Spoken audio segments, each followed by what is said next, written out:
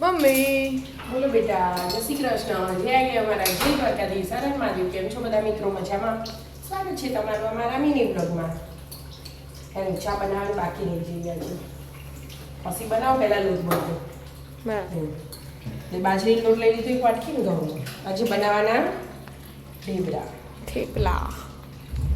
ઢેબરા એ જે કહીએ આપણે.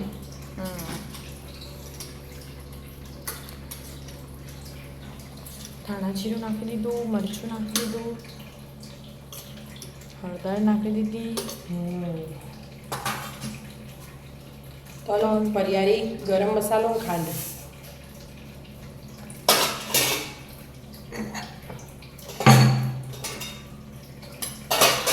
મસ્ત મજાના મસાલા થઈ ગયા. આદુ, લસણ ને મરચાં. સવારના 5:30 વાગે. મમ્મી જેમ આટલું વહેલા ઉઠી જાય આપણે. જવાનું ને મારા આજે બહાર જવાનું? ચો જવાનું?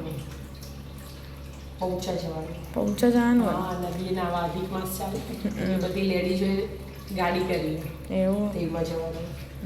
અમે નહીં, ખાલી મમ્મી એકલે. એટલે હું પછી ખાલી લોટ બોધી અને મારે લઈ જવાના બપોરે ખાવા માટે. હા, એ જ બનાવે. બાકી બીજા બધા તું બનાવી દેજે એ તો તો ખાજો તમે ત્યારે આવો. એટલા માટે.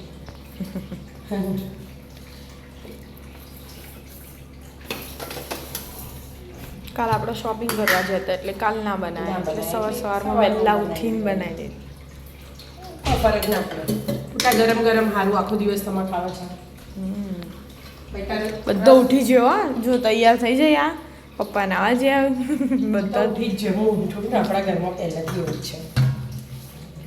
સારું. 5:30 વાગે એમ બધું તૈયાર થઈ ગયો.